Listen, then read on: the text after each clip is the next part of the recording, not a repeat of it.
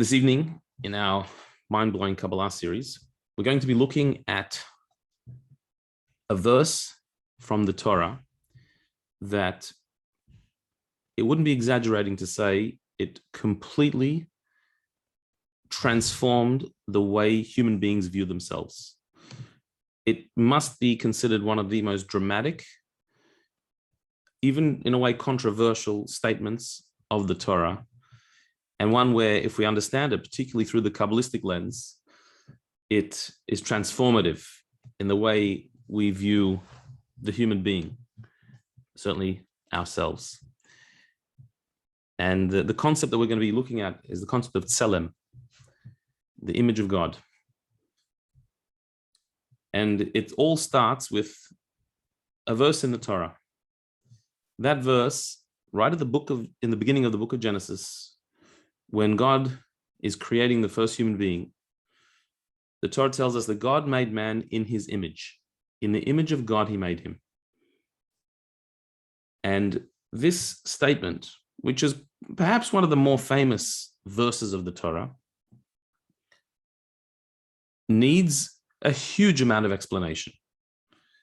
On its just simple level, reading it without any prior understandings or prejudices, just reading the verse, God made man in his image, it seems to be saying that the human being is a reflection of God. There is some commonality, some parallel between the human being created and God, the creator. And this verse has been identified really as being the invention of civilization, the invention of human rights, the beginning of the concept of an individual, the idea that a human being is not merely a biological speck in the universe, but the human being is a divine spark. Every human being is individual, as God is an individual. Every individual is innately valued, just like God has an innate worth. The idea that we are not just an accident. We are not just another piece of creation, but we have infinite value, is from the verse that God created us in his image, a divine spark. And there's no going back. Once you have defined the human being as in God's image, then the human being can never be looked at the same again. Everything is God's creation. Everything in the world is created by God. A tree is created by God, as is a cockroach, as is a speck of dust. But they're not the image of God. The image of God is only the human being. And that gives us infinite worth and huge responsibility as well, that we have divine power within us. But accepting that, we still need to understand, what does that actually mean? Because the word image of God, seems problematic. Because does God have an image?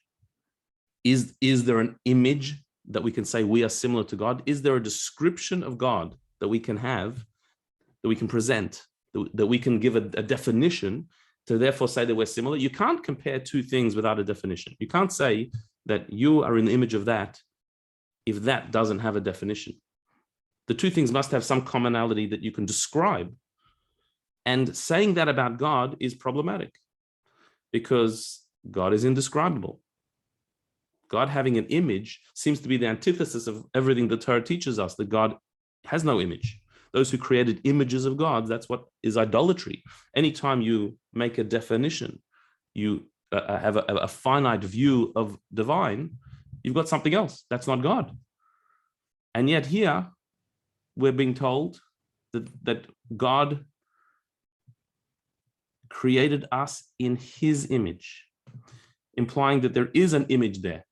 There is some picture that we should be able to have of God, which sounds quite idolatrous and the antithesis of our belief. So we're going to have to explore what indeed this means. So the first point of call will be looking at Maimonides' words. The great philosopher Rambam, Maimonides, from the 1100s, he set forth 13 principles of absolute faith. The third principle of faith is we believe that this oneness, the oneness of God, is neither a body nor a bodily force, nor is he subject to any bodily characteristics, movement, rest, or dwelling, be they inherent or by chance. He doesn't have temporary bodily functions, or inherent by definition he doesn't have them. It doesn't happen to God that he has any bodily form or bodily experience. As the prophet Isaiah said, who is comparable to the Almighty? For if he had a body, he could be compared to other bodies. But who is comparable? No one's comparable to the Almighty. You can't make any comparison. There's no parallel you can make to God. All the corporeal terms used in the scriptures to describe him, such as walking, standing, sitting, speaking, they're metaphorical. That's just metaphor. It's a parable. As the sages have said, the Torah speaks in the language of man. The Torah uses human language to understand that God walks and talks. That's all metaphorical. But God does not have a body, no experience of a body, and therefore the descriptions of a body cannot be applied to him. Now, if you look carefully at these words of Maimonides, he seems to completely negate the idea of the image of God. God has no body, no form, and is not comparable to anything. You can't compare him to anything. How can we be in his image if he has no comparison? An image of something is a comparison, surely. And yet, the absolute principle of faith is that God has no body. So how can we reconcile this idea with a clear verse in the Torah that God created us in his image? What is this image? Image of what? So if we look through some of the great philosophical thinkers of Judaism, including Maimonides, several of them offered different explanations as to what this image of God really means. Maimonides himself said that the human being in God's image means that we have intelligence. We have awareness. No animal has intelligence like a human does.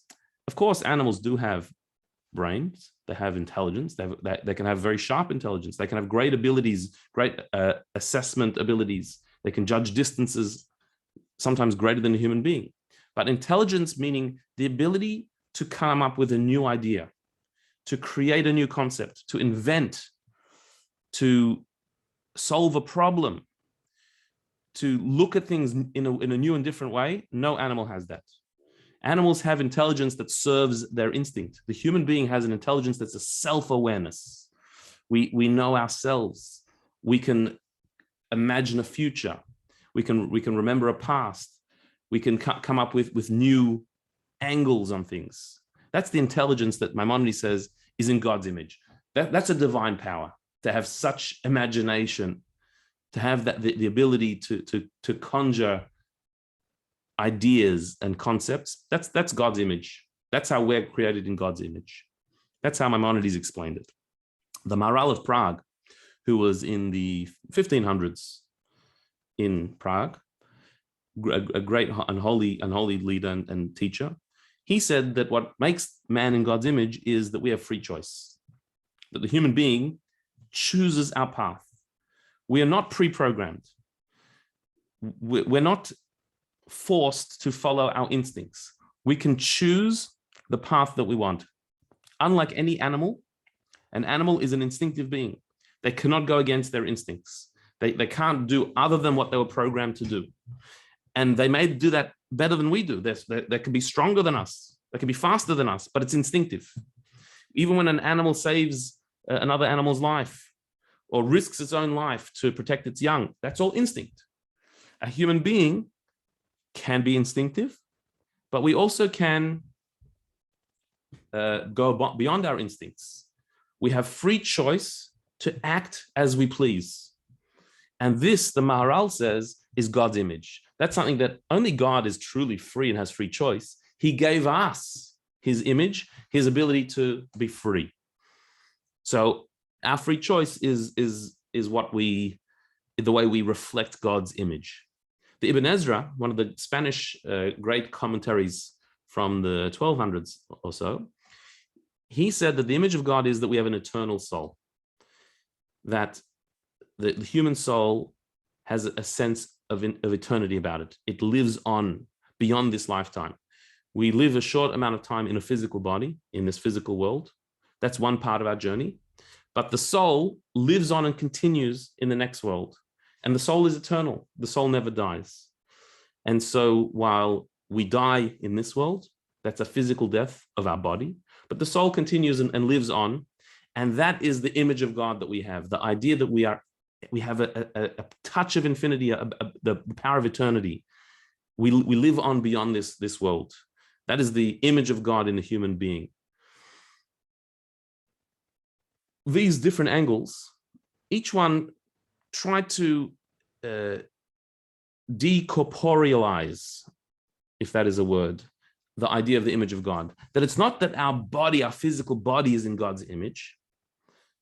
It's not a physical property of us, because God is not physical. He has no body, as we saw from Maimonides earlier, the third principle of faith. God has no body. God has no form, no shape. So it's not that our body is in God's image. It's that there's an aspect of us that is in the divine image, our intelligence, our free choice, the eternity of our soul. There's an aspect of our being that reflects a divine reality. There's an expression of the divine is God's image. That's how all these commentaries try to explain it. But if you think about it, these explanations, as profound as they are, they don't really get us out of the problem. Because anything we say, whether it's a physical aspect of the human existence or a more spiritual aspect, like intelligence, free choice, or the soul, either way, it's some type of description. You're giving us some type of definition. How can that be in God's image? How can God have an image, even a non-corporeal image, even a non-physical image? Any description is still metaphor. What Maimonides said about God, when God speaks or God walks or he sits down, all these things are metaphorical. Of course, he doesn't have a body to sit down. When it says God's eyes look down upon us, he doesn't have eyes, it's metaphorical. Well, when we say God's intelligence, it's also metaphorical. Or God's free choice, or God's eternity even. All of these words are words that are created. They're concepts that are a part of this physical world. And so anything we say is not a real accurate description of God. So how have we moved on by saying that the image of God is not the physical body, it's our intelligence, our free choice, or our internal soul? How have we moved? We're still using a metaphorical description of God, which is not really him in the first place. He has no description. He's not bound even to say that God is eternal. Even that is a borrowed term. Eternal is a time concept. Time is a creation. Time didn't exist before time. Before time, there was no time. Sometimes we feel like there's no time now. But before time, there was definitely no time. It was created at a certain point. Everything is created. Everything in the world, every word we use, every terminology that there is a created concept that is a part of the world that wasn't before, came from nothing. So to say God is intelligent, no, he created intelligence. So how can you say that our intelligence is what makes us in God's image? It doesn't actually change anything. Just like saying our body is created, our intelligence is created. So if you can't say that our body is in God's image, you can't say our intelligence is in God's image. Because both were equally created beings. And God is the creator who's beyond all those definitions. So the philosophical answers don't really fully cut it. We're going to have to go into Kabbalah to answer this question. There are many questions like this that until you go into the mystical soul of the Torah, you're not going to get a fully satisfying answer, because philosophy can take you only as far as the mind can take you. But to go into the realm of the divine, which is beyond the mind, for that you need Kabbalah. And so we're going to look at one of the earliest Kabbalistic texts, and that is from the book of Ezekiel. Ezekiel was a prophet of Israel in the times of the first temple. And Ezekiel had a vision. He had a vision famously known as the Merkava, a vision of the divine chariot. In his prophecy that he experienced, he had a vision of God's chariot, of God's throne.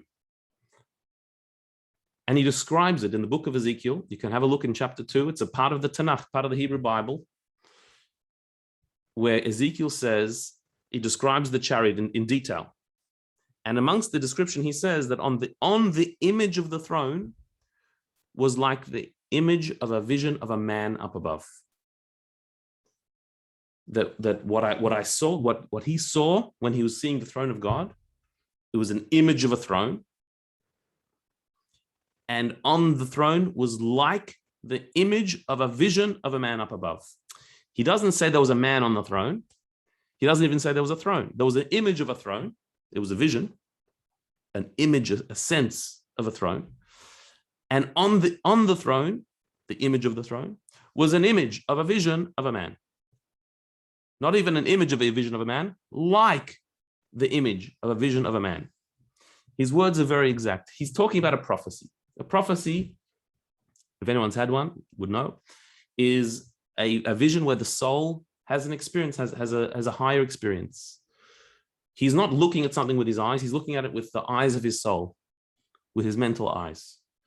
And he saw a vision of God's chariot, and on the chariot was a man, but like the image of a vision of a man. But with all the lights and all the images and all the careful wording that Ezekiel said, but the bottom line is what he saw was like the image of a man. That was the metaphor was like a man. And so this vision that Ezekiel had is the basis of a huge amount of Kabbalistic literature of exactly what this man on the throne means. And if we understand what the man on the throne of Ezekiel's vision is, we will understand how we are in God's image.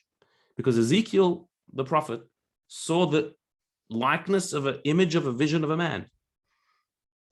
And so the Kabbalists understood that likeness of the image is the image of God that we are created in. So what is Ezekiel's vision? This is a very, very big subject in Kabbalistic writings. We're going to just get a taste of it. We're going to look at Tikuni Zohar, a section of the Zohar. These are teachings of Rabbi Shimon Bar Yochai. And this section, Tikuni Zohar, a section of teachings that Rabbi Shimon Bar Yochai, the 2nd century rabbi from northern Israel, these are teachings he received directly from Elijah the prophet, Eliyahu HaNavi. Elijah, the great prophet from biblical times, who never died. He went up to heaven in a chariot of fire, alive, and he comes back down till today. He's still around. And great and very holy people, some of the great Kabbalists, received teachings and lessons from Elijah the prophet and shared them. Here we are going to now be privy to one of the teachings of Elijah the prophet that was taught to Rabbi Shimon Bar Yochai. And this one is so popular, it's actually found in many prayer books, in many Sidurim. Many people recite this section on Fridays before Shabbos comes in. Some people say it every morning before prayers. It's an extremely powerful thing. It's known as Patach Eliyahu. So the prophet Elijah, of blessed memory, opened and said the following: Eternal, hidden master of the worlds, You are he whose unity is infinite and absolute, and therefore indivisible. You are he transcendent beyond all that is above, and concealed behind all that is concealed. No thought whatsoever can grasp you. So, by introduction, we're addressing God here, hidden master of the worlds, and we're saying your unity is absolute. There is one God. One God doesn't just mean there's one God and not many gods. It means that you're an absolute oneness. You're not even divisible. There's not parts of God. God is not divisible into compartments, into sections, into aspects, into attributes. God is completely one.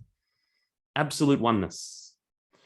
When we say Shema Yisrael, Hashem Elokeinu Hashem Echad, Hear, O Israel, the Lord our God, the Lord is one, the most central prayer of Judaism, what we're saying is not just that there's one God and not many gods. That's true. We're saying he is oneness, absolute oneness, indivisible. And that's what Eliyahu is here saying. You transcend all that is above and concealed behind all that is concealed. Meaning, doesn't matter how high we may perceive, God is above that and beyond it. We can never reach God. We can never find him and say, okay, that's it. We got it. However high we go, he's infinitely higher. He transcends all that is above. So there are heavenly realms, there are higher realms, but whatever you perceive, you haven't got there. He's beyond. Concealed behind all that is concealed, meaning that God is so concealed, so not apparent, not able to be experienced, that even when you think that you know where he's concealed from that. Even what you think you don't know, you don't even know. He's infinitely higher than that as well. Concealed behind all that is concealed. So Elijah is here introducing this teaching by saying, God is absolute oneness, not divisible, not dividable, not compartmentalized. He's completely beyond everything and concealed from everything. But having said that, now we've established that fact. Let's go further. Continues Elijah in this teaching from the Tikuni Zohar. But you are he who brought forth 10 rectifications. We call them the Ten-Sephirot of Atsilut, with which to regulate hidden worlds that are not revealed, as well as worlds that are revealed. Indeed, it is through these that you are hidden from human beings. You are he who binds them and unifies them. It is from these garments that the souls of human beings originate. Having said that God is completely one, and totally unified, but God brought forth 10 Sephirot, which means 10 lights, 10 illuminations, 10 expressions with which to regulate, to interact with the world, the hidden as well as the revealed, the spiritual as well as the physical. And indeed, these Sephirot, these illuminations, are expressions of light through which God can conceal himself. God being infinite and beyond, he allows himself to interact with the world through expressing 10 Sephirot, these 10 lights, these 10 luminescences. God unifies them, binds them together. He's the one light behind them. And from these come the souls of human beings. This is where we come from.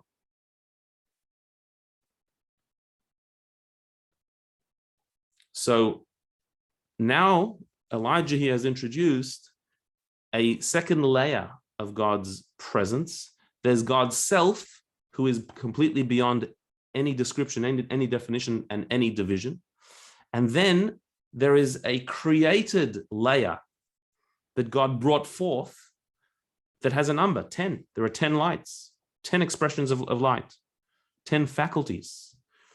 And it's through these that God regulates, interacts, and controls the worlds through these 10 faculties. But he's the united force behind them, hiding behind them. And our souls come from there. And he continues, they are called a body relative to the clothes that cover over them.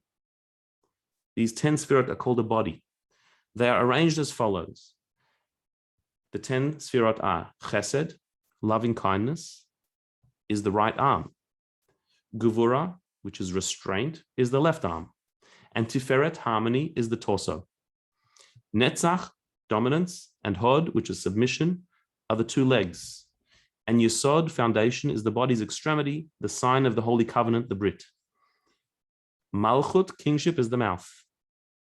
Chachma, wisdom, is the brain, the seat of thought. And Bina, understanding, is the heart. The heart's ability to discern. Keter, Elyon, the supernal crown, is the crown of royalty, the leather box of the tefillin. And you see the diagram over there where Elijah has identified the different 10 lights, the 10 expressions of the divine to different parts of the body.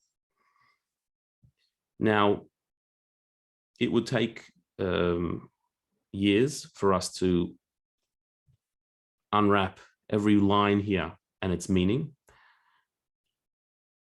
The meaning of each one of these 10 attributes, what those words actually mean, how they interact with each other, how they correspond to the different parts of the body. But for the purposes of this evening, let's just get a sense of what Elijah, the prophet, is teaching us here. That God has taken on a form. He's taken on faculties, just descriptive words, 10. There's only 10 of them. Each one has a particular attribute, a particular flavor, and they correspond to like a body with different sides, left and right and middle, intellectual faculties, emotional faculties, practical faculties. There's like a certain shape taking form here. And this, the Kabbalists say, this is what Ezekiel the prophet saw. The image on the throne of a man was this. It's not physical. He didn't see a physical person because he wasn't looking at a physical throne. It was a prophecy. But the image was these different energies that God takes on. It's not God's self. God's self is indescribable. But the different images that he took on as this description. And this is wondrous. How are we going from the singularity, the oneness of God, to 10? How are we going from the infinity of God to a finite description? How are we going from absolute indivisible oneness to different sides and expressions? And what's the point of this? What's the idea behind it? So really, in Elijah's teachings, it's all explained, but we need to unpack a little bit to understand his words. So we'll look at some other Kabbalists and the way they explained it a bit further. This is the Tzemach Tzedek. That Tzemach Tzedek, Rabbi Menachem Mendel of Labavich, was the grandson of the author of the Tanya. He lived in the 1800s, and he explained it like this. We cannot describe God as having any form. So when we talk about 10 Sefirot, God has no form. But the intent is that God enclosed in a form with 10 faculties in order to interact with people who have souls made up of 10 faculties. For the giver needs to be in the same format as the receiver.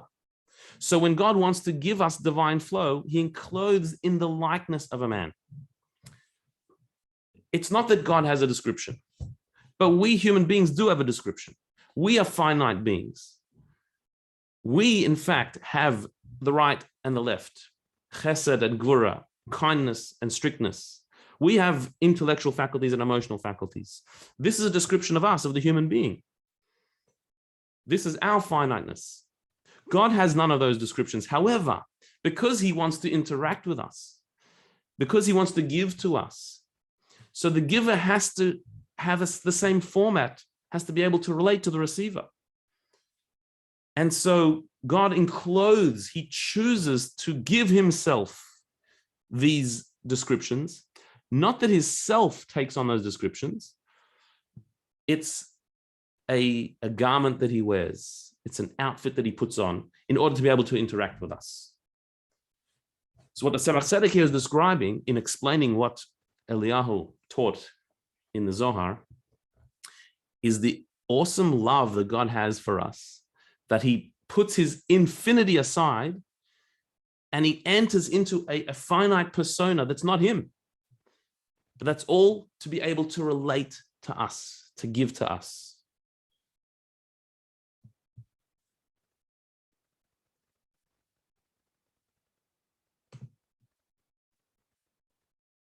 This is really illustrated by a delightful story that happened to the Tzemach Tzedek's grandfather, possibly with the Tzemach Tzedek himself.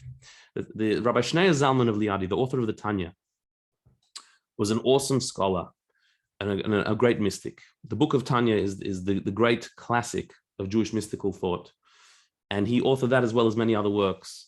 He was an ultimate scholar and wise man, and also a very practical person. It once happened that one of his students was having an issue, a parenting issue, having an issue with directing his children. And so he wanted to come to Rabbi Shneur Zalman for some advice on parenting, how to parent better my children. So he approached Rabbi Shneur Zalman's home, and he saw through the window that Rabbi Shneur Zalman was playing with one of his grandchildren. I don't know if it was the Tzemach Tzedek or another grandchild, but one of the grandchildren, he was playing. How was he playing? Rabbi Shneur Zalman was on all fours, on his hands and knees, with his grandchild on his back, and the grandchild was pretending that his grandfather was a donkey. And Rabbi Shneur Zalman was acting the donkey. And they were playing in that way. The student saw his Rebbe, the holy Rabbi Shneur Zalman, the great scholar, in playing with his grandchild, and thought this is not a good time to interrupt. It's also not so dignified for a student to come in and while the grandfather is with his grandchild. He's not being the Rebbe now. He's being a grandfather. He's playing with his grandchild, but he's acting like a donkey. It's not the time for me to come in.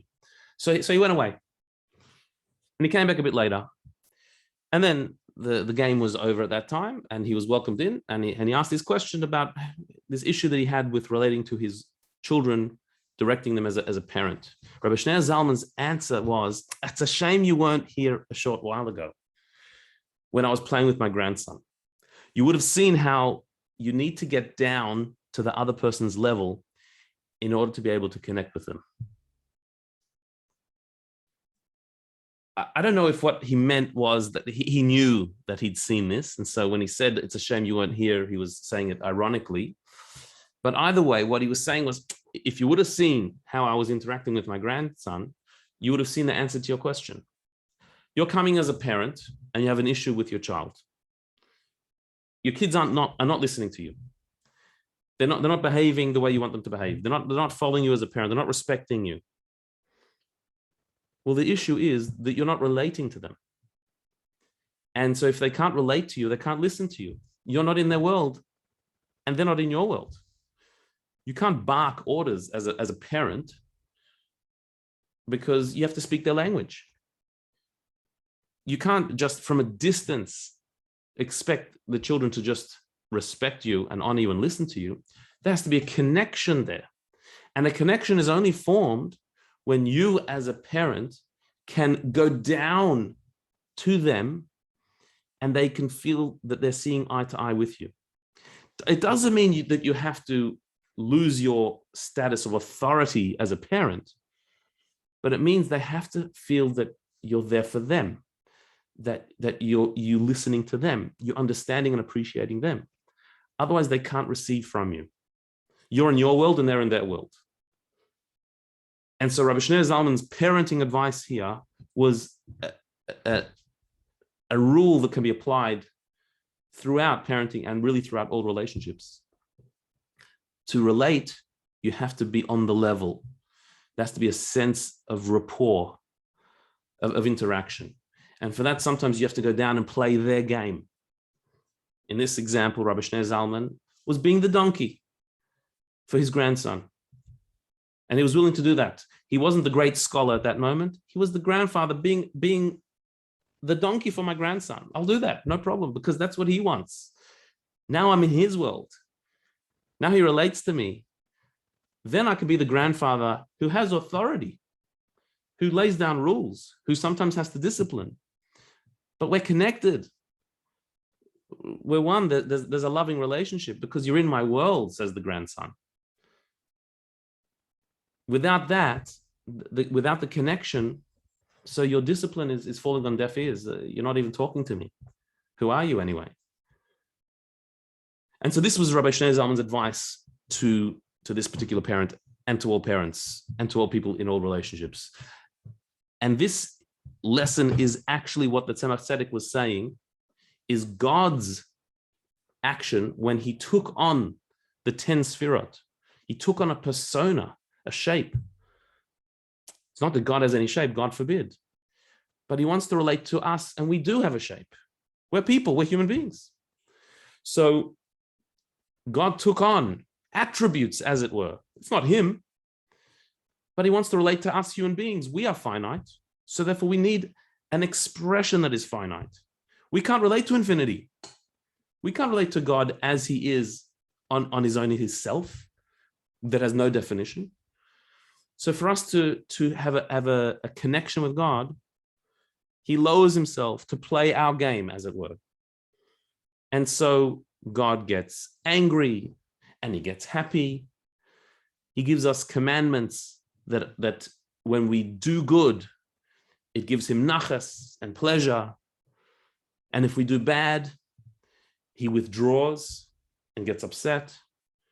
He responds to our actions. Now, if you think about it, God is infinite. Does any of this matter to him? Well, yes, because he wants the connection. If he wants the connection with us, so then it matters to him. He makes it matter to him. He takes on that persona that matters because he loves us. So when a parent is playing with a child, you've got to get into that game. You've got to be upset if you lose and excited if you win. It can't not matter to you. Because if it doesn't matter to you, then the kid realizes you're not playing with me, you're not interested in this. You have to be in the kid's world, interested in it, bothered by it, excited by it. That's what God did.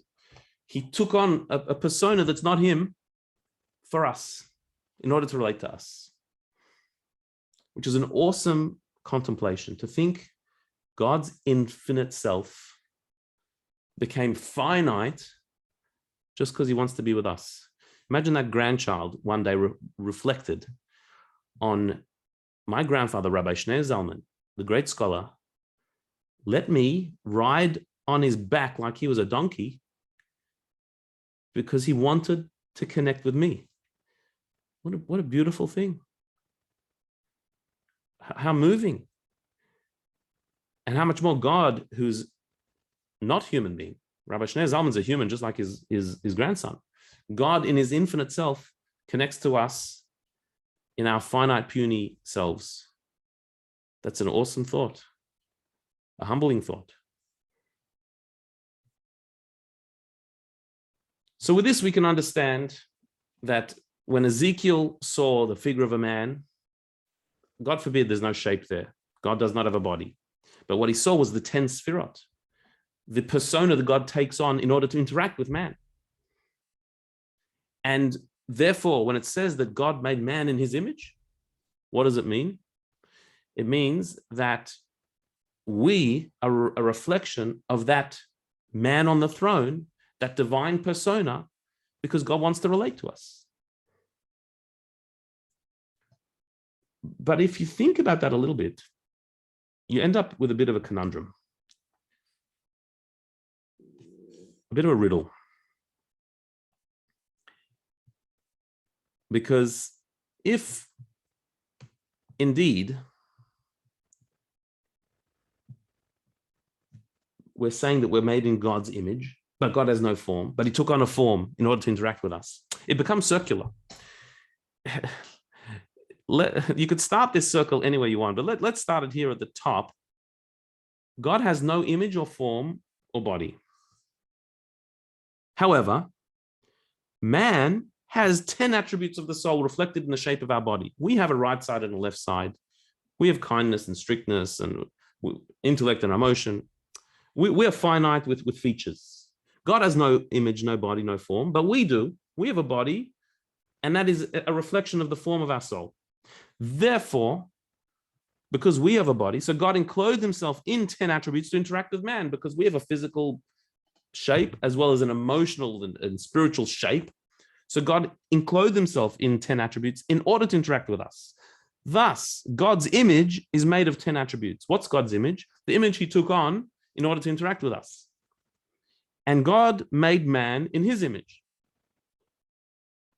So we're in his image, the 10 attributes. But God has no image. God has no form. It's just, we have a form. You can go around in circles here, but it doesn't make sense in the end. Where does it begin? Where does his image begin? Is it God's image or is it our image? It sounds like God, the verse should have said, God made himself in our image. That God created for himself an image of man. Because man has an image, we have 10 attributes, we have a personality, we have a finite description. God's infinite. Infinity and finiteness can't relate. So God took on a persona to relate to us. So that means he made himself in our image, not we're in his image. It's our image that came first, that he copied in order to interact with us. But yet it's God made man in his image. What does this mean? So to answer this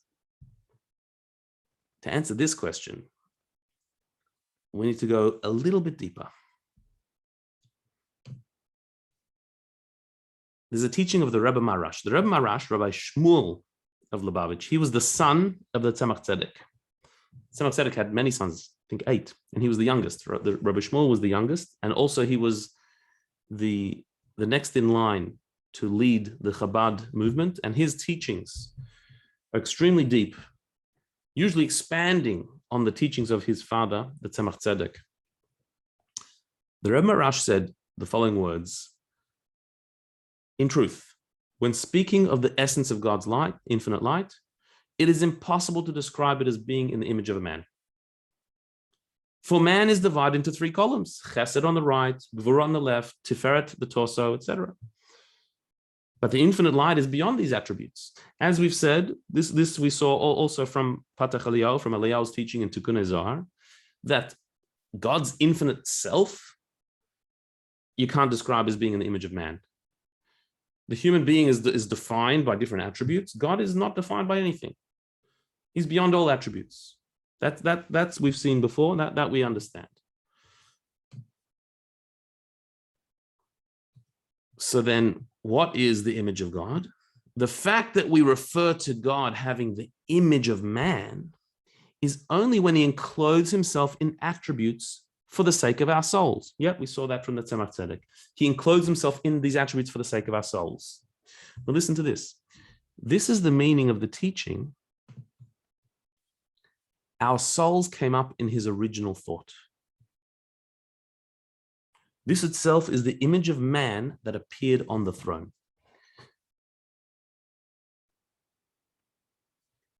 What does he mean? Our souls came up in his original thought. The way we understood it until now was that God created a world, and in this world were finite beings, human beings. God wanted a relationship with us, and knowing that he is infinite and we are finite, Well, he can't relate to us. We can't relate to him. Infinity and finiteness can't come together. So he took on a persona in order to relate to us. Similar to the metaphor we said, the grandfather playing with the grandchild. That the grandfather is a scholar. He's an intellectual person. He's a spiritual person, and he's mature. He doesn't act like a donkey. But because he wants to relate to his grandchild, so he takes on the donkey persona. He plays as a donkey on the floor because he wants to play with the grandchild. That's how we understood it until now. The Rebbe Marashi switches it around and says, no. The original desire of creating the entire universe was for the sake of this relationship. It wasn't that God created a world, put us in it, and then said, I'd love to relate to you. I'd love to interact with you, but I can't because I'm infinite and you're finite, so you're not going to really relate to me, so I'll take on a persona. That was not an afterthought. That was the original thought. The whole point of creation, God's entire intent in making this entire universe, was to have a relationship with you and me. That's what he wanted in the first place. God is in his infinite self, wanted to connect with a finite self, which is us. That's why he created everything. That's the purpose of everything. The purpose of this world is for God's infinity to be expressed together with a finite being, that we should partner with him to together make a world of goodness, of holiness. God's infinite, he can do anything. But for finiteness to join with him, to choose him, to connect with him, that's something new. And that's why he created the world. That was his original thought. What inspired God, as it were, to create, what pushed him, his impetus, the reason he created, was because he wants a connection with us, with finite beings. And so therefore, the original thought of creation was the human being. The puny, finite, little human being. That was the original thought of creation. That's what came up first. And then God said, well, if I want a finite being, I need a finite world. And if I want a finite world, so I need to create spiritual realms and a whole evolution of worlds, all to come down to this physical world. And this physical world, the entire universe, the entire expanse of the universe, is all the arena in which a human being, a finite being, can live, because that finite being needs air and sun and moon and the entire ecosystem. This is all the arena for there to be a human being, a finite being with free choice, who can choose to connect with me. That was his original thought. That's what inspired him to create in the first place. And that thought was so deep within the divine, that yearning, the desire to connect with us, was so profound in God that it actually created an image of man within God. Long before we appeared physically, long before we were actually created, the image of us, the inspiration, the drive to connect with us was there in God. God thought of us at the very beginning. And this is the image of man that appeared on the throne for Ezekiel.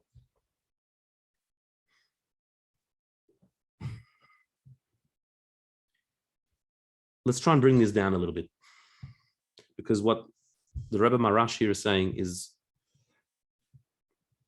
world-changing.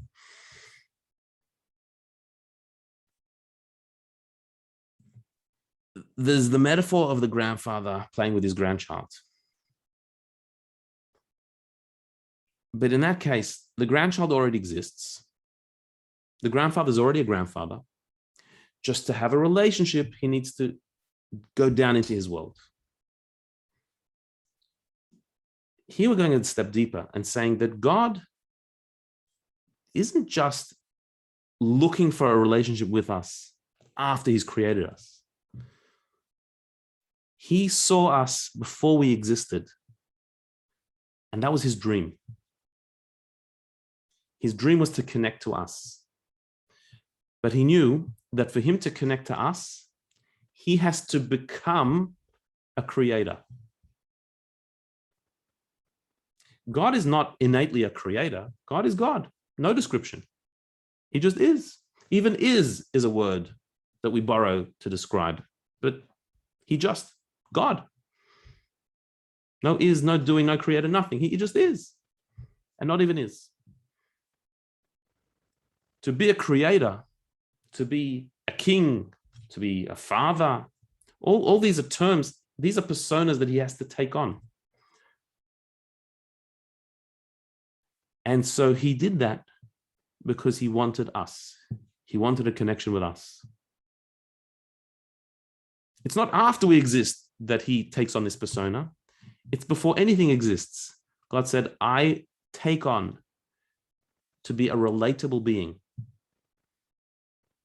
to be lovable, because I love you even before you exist. I love you and I want to be connected with you. So much so that the vision of you is embedded in me. It becomes a part of me. God took on this image in order to be able to connect with us. And we were created in that image.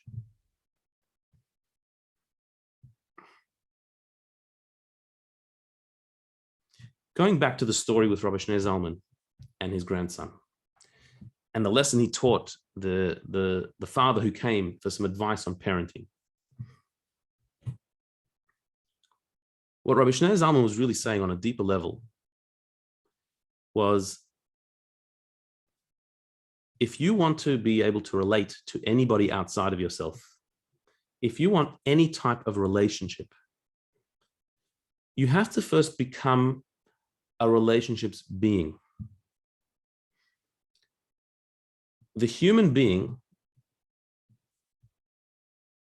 on our own, we're not God, but we also have a certain aloneness at our core, like God did before he created the world. There's just me and I'm an island. But I seek relationship. I want to be able to connect. How do I connect? I first have to become a relationship's being. I have to become a being that can connect.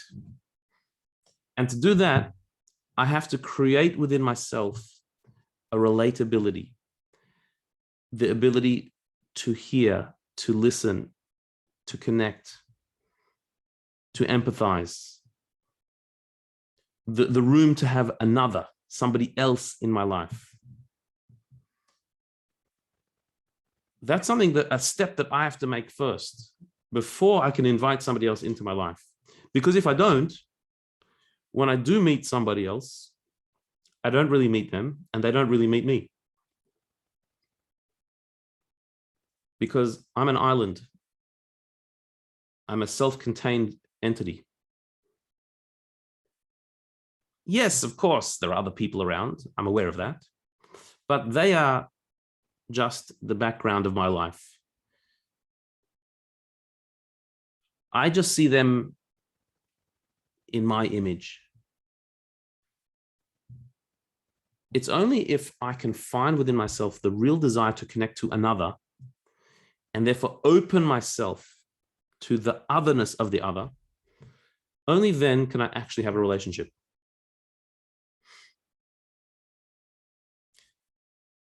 For example, often when somebody's trying to help somebody find their soulmate, you want to introduce a friend, you want to introduce somebody to someone. So the first question you ask is, so what are you looking for? What are you looking for in a partner? And Often people will write long lists, detailed lists of what they're looking for.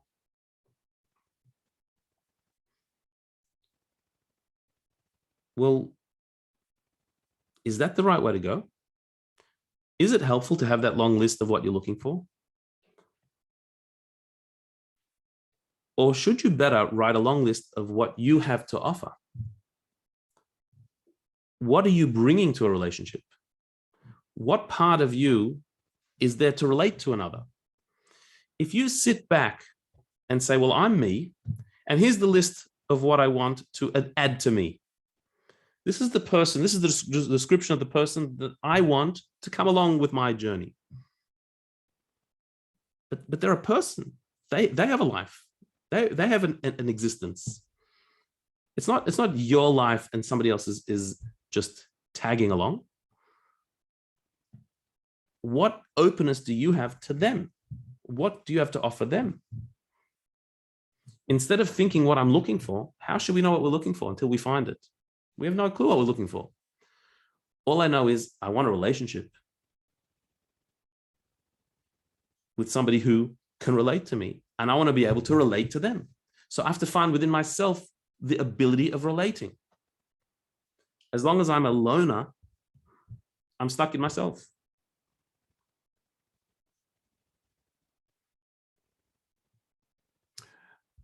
Or another example, even more stark, is the parenting example. If I'm a parent trying to parent my child, I first have to child my parent. I first have to find in me, a parent, the child, the understanding of a child. I have to relate to where they're coming from. I can't just tell them what to do. I'm an adult. How's my adult perspective going to speak to a child? I have to understand where they're coming from, why they're behaving the way they are. I was a child once. I remember that. It's not so long ago. And by me finding the child within me and connecting with the child on their level, now we're connected. Now I can go back to my parent persona and direct, inspire, discipline.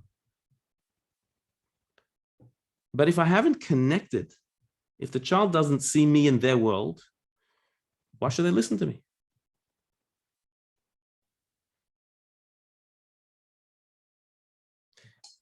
And this is in every relationship, every single interaction we have. If I'm in my universe and trying to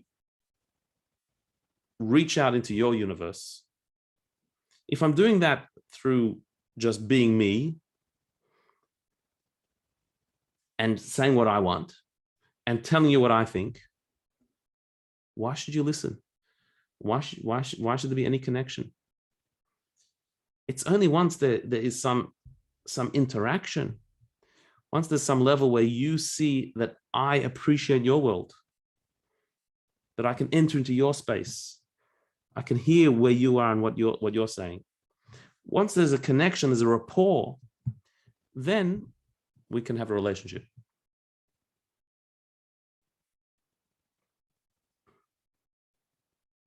I believe that's what Rabbi Shneur Zalman was saying to this parent. You should have seen me before. If you would have come earlier, you would have seen me acting like a donkey for my grandchild. And that's all you needed to know how to be a good parent. To act like a donkey. To enter into the child's world. To put yourself into their world. And then the connection means they'll want to listen to you. They'll want to hear what you have to say. And this Rabbi Shneur Zalman learned from God himself. That God created us in his image. What does that mean? That the human image didn't start with a human being. It started with God. God said, I want a relationship. I want to connect to a finite being, not myself. A relationship is not with myself. A relationship is with somebody who is outside of myself. a separate being. God, I'm infinite. I want to connect to a finite being,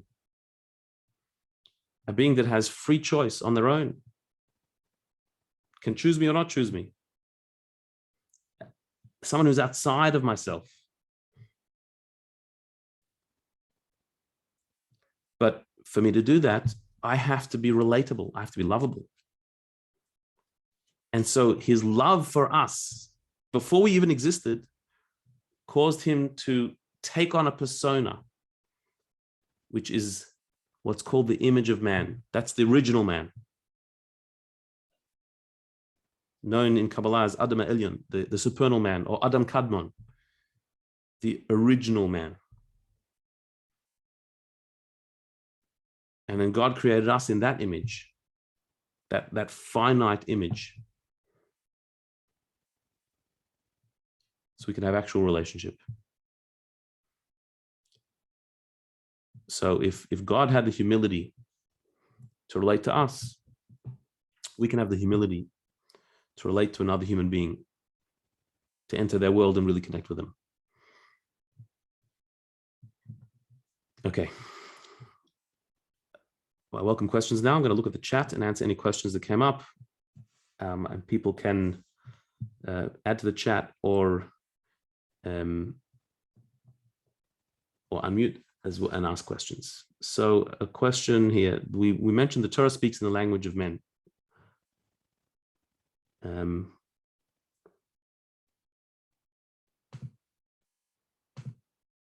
So what does that mean? The Torah speaks in the language of men. That the phraseology that the Torah uses is human phraseology. It's ways that we can relate. So by saying God is happy or God is watching, these are borrowed terms. We don't have any other term to use. That's human interaction. It's called anthropomorphism, using human terms to describe God. But what we can see from the teaching we learned is anthropomorphism is actually the other way around of what we think. We thought, and we always thought, that we're using human terms to describe God because we have no other terms. So God doesn't have eyes that look. We have eyes that look. But we have no other term to describe God's watching over us, his observing us. We don't have any other terms, so we use human terms. But they're borrowed terms. We have eyes that look. God doesn't, but it's a borrowed term. From what we said, it's actually the other way around. God is the real Adam. God is the real man. He has the eyes. Our eyes are in his image. We have the physical emanation, the physical expression of the divine eyes that are looking at us. So the borrowed term is our eyes, not God's eyes. Another question here, why want a relationship? Why want a relationship? So you can't really ask why someone wants something. That's what I want. This is what I want. There's no explanation for wanting. It's a desire. Like, why do we want to survive? Why do we have this desire to survive? There's no why. It's just that's me. So we can't really ask why God wants something. It's just what he wants.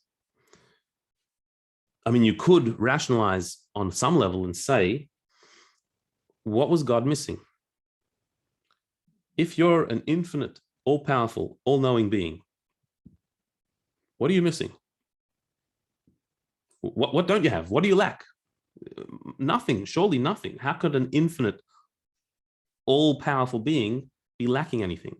The only thing we could say he's lacking is the experience of not being all-powerful, not being infinite and all-knowing. You can't say that that's a lack, that he's missing something, but you can say that he didn't have it. And he decided that's what he wants. He wants to experience finiteness. But if you're infinite, how do you experience finiteness? In a relationship with a finite being. He created us. We are not separate from God. We are God's finiteness. We are the expression of God's finiteness. That's who we are. All creation is an illusion of separation between God's infinity and God's finiteness. We are God's finiteness and we feel separate from his infinity. We're not really. We just feel we are. But that feeling gives us an autonomy to allow us to have a relationship with God, that our finite self should find God. Why do you want all this? No idea. Okay, another question here. How can we be so convinced that God loves us as much as you describe when there have been so many periods in our history of intense suffering? It's a big and important question and very difficult question. The question of suffering is, it's actually really the only question. Everything else can be pretty well explained. The existence of suffering, we cannot explain. Why did God create a world where there is so much suffering? Why couldn't he do it some other way? If he's all-powerful, surely he could create a world where there's no suffering. There's no pain. Whatever is gained by suffering, and we have many things we could say are gained by suffering. We all know from our own experience that our suffering has sometimes led to our greatest insights. Our deepest compassion has come out of suffering. Many of us can say that we've become much better people as a result of our suffering. Had we not gone through some of the difficult times in our lives, we may not be quite as nice as we are today. And we all know from our personal experience that sometimes suffering does bring out the best. We could say all that, but none of that can really justify suffering, because surely God could have given us a different way of reaching those insights without suffering. He could have done it some other way. He's all powerful. So we can't really explain suffering. But the existence of suffering is not a contradiction to God's love for us. And for that, we have to go back to the metaphor of the parent and the child. Good parents, loving, kind, good parents, cause their children suffering. I don't mean abusive parents. I'm not talking about that. I'm talking about good, kind parents cause their kids suffering, sometimes intentionally. And the child is furious and can't understand why are you doing to this? This is so unfair. Why are you so mean? But a parent will sometimes cause suffering out of love, knowing that, no, I have to say no to you now. I have to take this toy away from you now. I have to take this knife away from you now. You can't play with it. I have to send you to your room now. I can't let you eat that now. For a child, this is suffering. And a child will never understand, as a child, will never understand why the parent is doing that, and will feel a sense of hatred towards the parent at that moment. But when they grow up, they will appreciate that suffering and that punishment and that harshness was actually not suffering and punishment harsh. It was love. It's very hard to say that about human suffering and God. It's very hard to say when we observe the pain of innocent people suffering a horrible illness. It's very hard to say, well, that's just God being a disciplinarian. And we're not saying that it's a punishment. Just like a parent is not punishing the child by taking something away. It's not the child did something wrong. It's protecting and teaching the child. We're not saying that suffering is a punishment. The only thing we're saying, the comparison that I'm making here, is the fact that a child doesn't understand what the parent is doing is not surprising. how could a child understand the parent? And that's two human beings. How much more us understanding God? How could we possibly understand God's infinite ways? But it doesn't mean that it's coming from anything other than love. We just don't understand that now. And we have to humbly admit that we don't understand.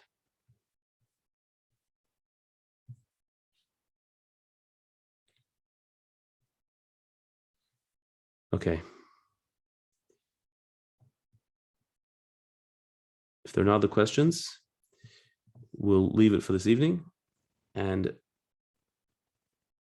here's one other question here. I think you answered this when you said that one thing that may have been lacking was his lack of power. The thing that God was lacking was finiteness, being finite, and that's what we provide. So another question here. If God created the illusion of being finite and we are created in his image, we are being told that our finite nature is an illusion and that we are playing out being clothed in attributes that are finite. No, it's not that our finiteness is an illusion. Our separateness is an illusion. We feel that we're separate from God, that we're independent, that there's me. God, there is God, but he's up there somewhere and I'm down here as a separate being. That is an illusion. The truth is, it's all God. You, me, and everything, it's all God. So it's not that we don't exist. We do exist. We are not an illusion. We're real. We're very real. So real that we're actually an expression of God, the ultimate realness. The only thing that's an illusion is that we're separate from him. That's what is an illusion. And so the finiteness is true. It's divine finiteness. It's a divine power to be finite. And as long as I maintain that illusion that I'm separate from God, I exist as a separate entity. If I see beyond that illusion, I become dissolved in the divine. And so I lose myself, my identity, which is not necessarily bad, but that's not our purpose. Our purpose now is to maintain our separateness and by choice connect, take our finiteness and connect to God. Meaning, on a practical term, when I live my life, I make choice. We said before, we have free choice. We do. We have free choice. I choose how I live my life. I could live my life in a completely selfish way, use all the gifts that I'm given to just enjoy myself and seek more pleasure and not care about anything higher or beyond myself. I can choose to do that. Or I can choose to use the gifts that I've been given, the life I've been given, to share, to give, to bring light to others, to do good, to make the world a holier and better place. By doing that, I have chosen to bring God into the world, to connect to God and have a relationship with him by fulfilling his will. And doing that is taking my finiteness and connecting to the infinite through my own free choice. But it only works I only have free choice as long as I feel separate from God.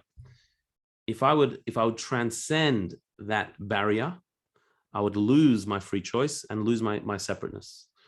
And that's something that will happen at the end of times. When Mashiach comes, once the world has fulfilled its purpose, then we can take off the mask and we can all be one with God. In the meantime, our separateness is our gift. So is our desire to connect to God, God's desire to connect to himself, his infinity drawn to divine finiteness, like two ends of a magnet. In a way, yeah, it is. It is two sides of God's self.